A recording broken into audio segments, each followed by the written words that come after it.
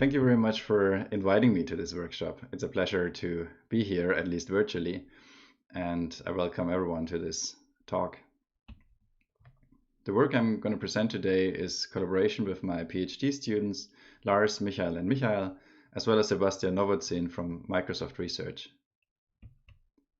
Our group works at the intersection of computer vision and robotics, and our goal is to make intelligent systems more autonomous, robust, and safe. Intelligent systems must interact with a complex 3D world. Here's an example of such an environment that a robot might need to interact with. And it has complicated geometric structure. It requires sophisticated understanding and precise understanding of the geometric properties of the scene in order to define affordances and to interact with the scene.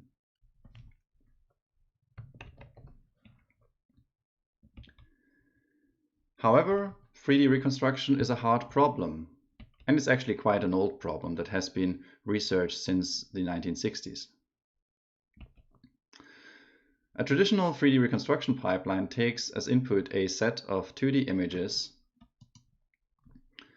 first computes the camera poses using structure for motion techniques, and then finds dense correspondences across the images that, for instance, are fused into depth maps, which are then fused into a coherent 3D reconstruction of the scene. However, humans are actually able to recognize 3D even from a single 2D image. They don't require many 2D images for doing this task. If I show you this image here, you can easily tell me which object is in front of which object. What is the distance, the approximate distance to certain objects? Or what would happen if I would move forward from this viewpoint here? So the question we ask here is, well, can we learn to infer 3D from a 2D image? This is the setup that we are considering. The input is a 2D image, and we have a model, typically a neural network, that predicts a 3D output of that image that we see, of that object that we see in that image here. Now, one crucial question to ask here is, well, the input representation is clearly defined. It's a 2D pixel matrix, but what should be the output representation? What is a good output representation? What is an output representation that can be easily predicted by a neural network? A very natural choice for such an output representation is a volumetric one, a set of voxels, which are effectively a discretization of 3D space into a regular grid, as illustrated here on the right-hand side. On the top we see a 2D example, on the bottom a 3D example. This is also one of the first representations that have been used in this early work from Maturana et al. It is very easy to implement because it requires just to generalize 2D convolutions to 3D convolutions. However, it is limited in memory and resolution, typically in the order of 64 to the power of 3 voxels due to the cubic memory growth of this representation. And furthermore, it introduces a Manhattan world bias depending on the choice of the canonical coordinate system that you choose for the alignment of these voxels here. Another representation that has been considered recently are point sets. Point sets are a discretization of the surface into 3D points. They do not model connectivity or topology, however, and existing techniques only allow for outputting a limited number of points in the order of a few thousand. Furthermore, it's harder to implement local features, so typically approaches rely on global shape descriptors as context. And finally, most recently, meshes have also been considered as an output representation for neural networks. Meshes are also a discretization representation that discretize space into vertices and faces.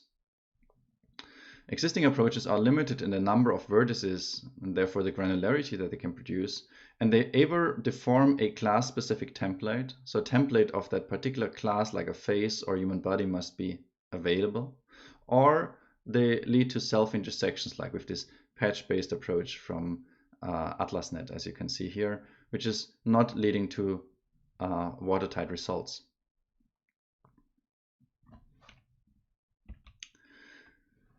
In our CVPR 2019 work, we wonder if this discretization is actually necessary.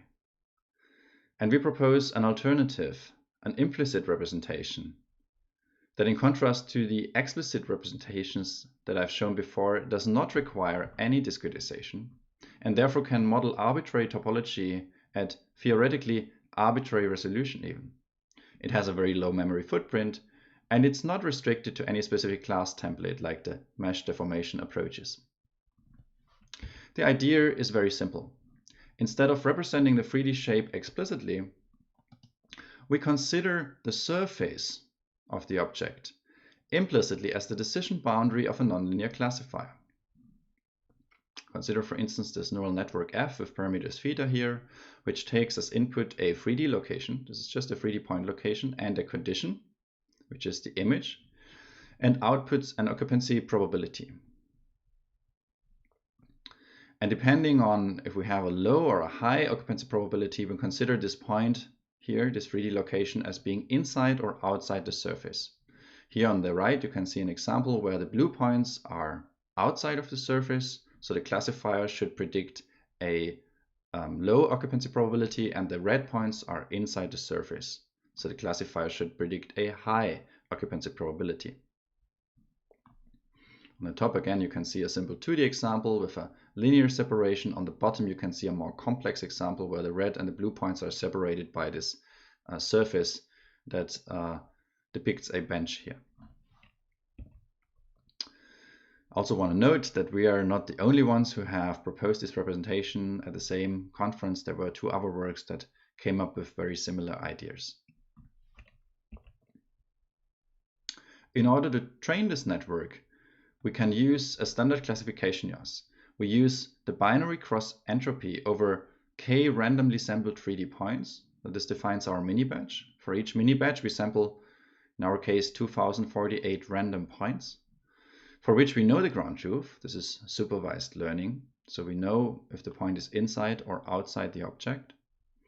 And then we minimize the binary cross entropy of this true value, Oj, and the predicted value from the network. So the network here gets the input 3D point that corresponds to this label, and the condition, which is the image encoding.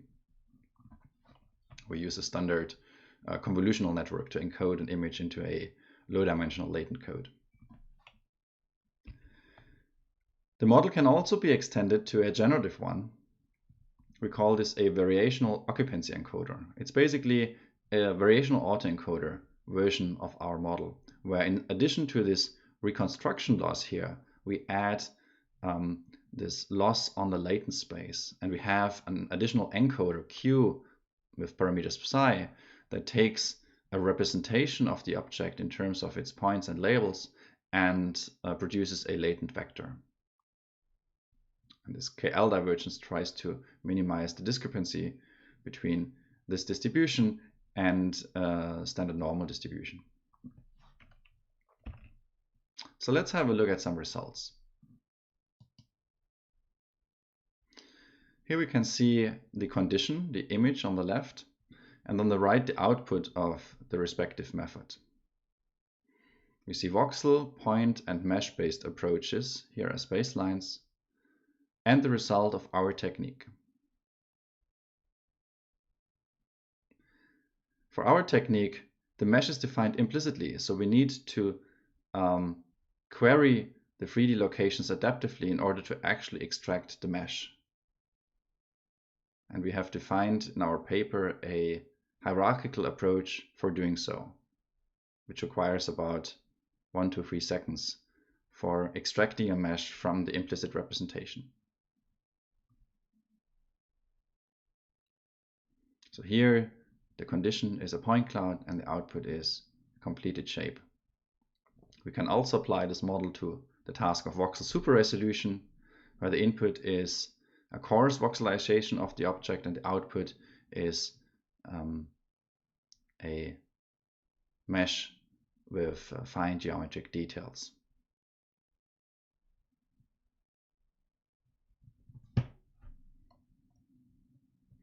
Here we see some latent space interpolations for the unconditional variational model. So what you can see here is latent space traversals that have been projected into the geometric space. You can see that we can generate novel shapes that are not part of the training set, and we can interpolate between shapes.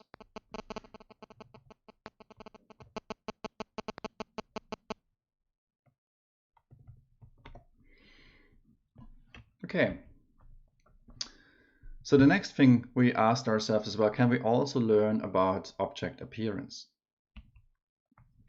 And we can use the same idea to learn about the texture of the object. So here in this case, we assume that the 3D geometry is given as input. Could be either a CAD model, or it could be the geometry that's predicted by the occupancy network. And in addition, we have a 2D image. And then we have what we call a texture field that maps a 3D location, which is sampled from the surface of the object, to a color value, which you see here on the right side. This is how our model looks like. We have a standard image encoder that produces a latent code C, and then we encode the 3D shape using a sample point cloud and a point-net shape encoder into a shape encoding, so that our model is informed about both the appearance and the geometry.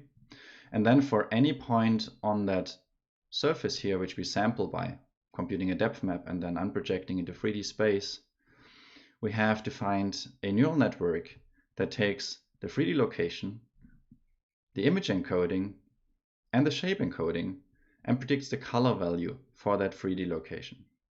And then we can do this for all n pixels in that image and predict an image that way. And we can compare that image to the ground truth image and minimize the reconstruction loss. This is the conditional model, but we can also build generative models based on this. We have done two versions. One is a GAN model where we have no reconstruction loss, and the latent code is sampled from a Gaussian distribution. But in addition, now we have a discriminator model that takes the predicted image and a random ground truth image and tries to distinguish the prediction from the true image.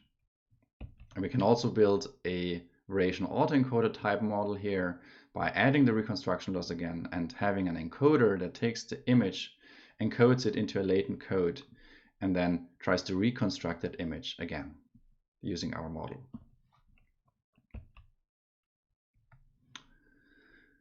A first experiment we did with this model is to test its representation power. So we see here the representation power of a voxelization and of our approach with respect to the ground truth when overfitting to the ground truth here for a different object.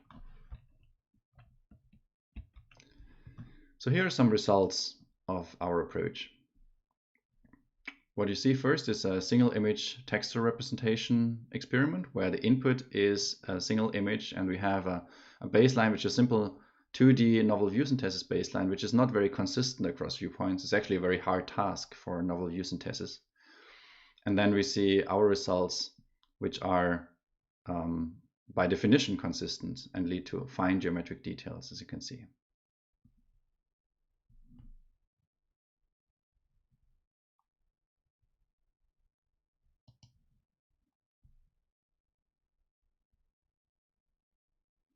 It's also possible to take a CAD model and a real image and then try to predict the appearance based on the real image as an input.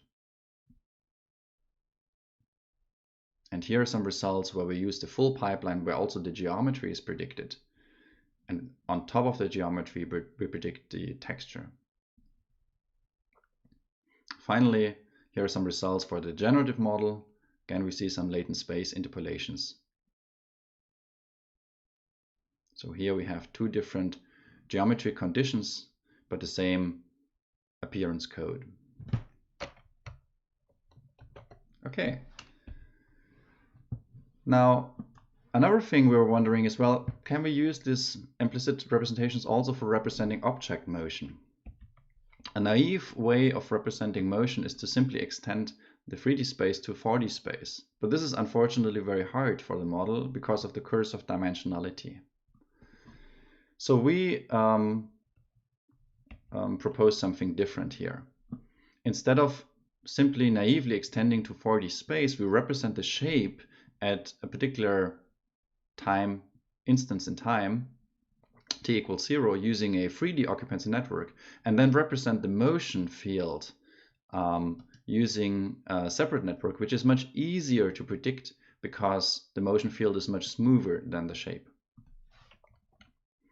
So we represent the motion by a temporally and spatially continuous vector field, and then we can model the relationship between the 3D trajectory s through that vector field and the velocity of that vector field by an ordinary differential equation, as the position derived by time is of course the velocity. So we have this ordinary differential equation, and we use recent techniques for backprobbing through ODE solvers in order to incorporate this into our model. So this is what our model looks like. Here we have a reconstruction loss between the observation and our shape.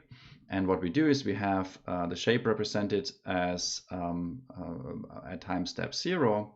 Now that shape looks different from the observation at time tau. But what we do is we take the input and we try to predict that shape at time step 0, and at the same time predict the velocity field, which can take this correspondence from time tau and warp it through time to time 0, where we can then evaluate the occupancy function. Right?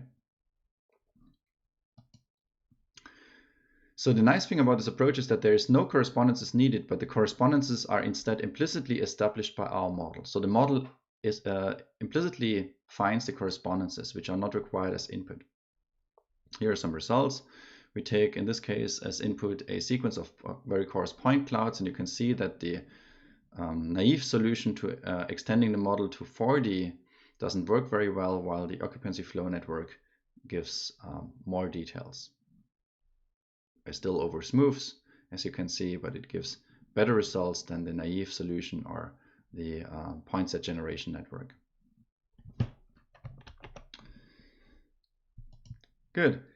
So now another thing we were wondering is, well, all of these models that I've shown you so far have actually required 3D supervision, which is very hard. That's why we could do these experiments only on very limited data sets. Now for the voxel and the point and mesh-based approaches, there are differentiable renderers that people have used in the past to learn these models using only 2D supervision. And we were wondering, is there something equivalent now for these implicit representations? Can we also define a different differentiable rendering operator that allows us to learn these implicit representations using only 2D images as supervision? So this is the architecture we're using here, and the nice thing about this is that it actually now combines the texture and the geometry into one single architecture. So we have an image that's encoded into a latent code as before, and we have a set of points. Here we use directly a set of points as input to the network, because the network can process a set of points in parallel. Each point is the 3D location. And then we have this network, which is a collection of 5 subsequent ResNet blocks that are conditioned on this input image, and the head outputs then for each of these points the occupancy probability and also the color value. That's why this is 1-dimensional and this is 3-dimensional here. So the input is a image encoding and a set of points, and the output is the occupancy probability and the color of each of these points. And now in order to define this differentiable rendering, we need to implement in a neural network using PyTorch a forward pass and a backward pass, right? So the forward pass essentially corresponds to the rendering operator. And that's the relatively easy step. Let's consider this setup here, where we have an image plane, camera center, and a ray that corresponds to a pixel. This is the ray W here, defines this ray here. And we have an occupancy field that is indicated by these gray lines here, where the thick line denotes the decision boundary f theta equals tau, and the non-thick lines denote like what is before and after the decision boundary, or after the surface. So the thick line here is the surface. And in the forward pass, what we do is, well, for all pixels in the image, we find the surface point p hat along this ray w via ray marching and route finding first. So we march along this ray in equidistant steps. And once we found a change in the sign here, then we basically apply a route finding to narrow down quickly on the location of the surface by iteratively querying this occupancy network. And then we can evaluate the texture field network, T theta, at this predicted surface location P hat. And we can insert the color of that texture field prediction at that particular pixel location. And then we do this for all the pixels, so we get the color of the entire surface projected onto the image plane. Now the question is, well, how can we make this define the backward pass? How can we do the differentiation for this model? Now what we want to do in the backward pass is we want to compare a real observation that's slightly different here from the current prediction of the model to the prediction. The observation I want to compare to the prediction I had. So we want to minimize a loss between these two. And in order to do so, we need to derive this loss with respect to the parameters, which is just applying this chain rule to this loss function here, which means that we need to derive the predicted image with respect to the parameters of the texture field and the occupancy network. So computing this derivative gives this total derivative here, because both the texture field and the point location, which is defined through the occupancy network, depend on the parameters theta. And so in particular, it requires to compute the derivative of the 3D point with respect to the parameters theta. So how does this value change with respect to the parameters of the occupancy network? Now, if we take this equation that needs to be satisfied, that the decision boundary must correspond to the prediction of the network, and we compute, we apply implicit differentiation, we get an analytic expression for this equation actually, which we can plug in here in order to compute the gradient update steps. Now this is very nice. Now we have the current solution of the model. And here we, in red, we highlight all the terms, all the models parameters that have parameters with theta. We use the same parameter symbol theta for the texture field and for the occupancy network here. So this is what gets updated when we do one gradient update step, which is illustrated here. So we update both the occupancy network and the texture representation. And the nice thing about this is that we have an analytic solution to this problem. And in particular, compared to voxel-based approaches, which require storing all the intermediate results along all the voxels along the ray, we don't need to do this. We don't need to store all the intermediate results, which leads to a very memory efficient approach. Well, here are some results that we obtained using this method. Here we have the input image, and on the right we see the output of various methods that have been trained to predict this. Here pixel to mesh is a method that has been trained with 3D supervision, and this is our result trained only with 2D supervision. Of course, this is a very difficult example here because it has little texture, and if we can also add depth maps as supervision to this approach, so then we get slightly improved results. Here's the output of software rasterizer, which uses only 2D supervision, pixel to mesh, which uses 3D supervision, and our approach, which at the same time also infers texture.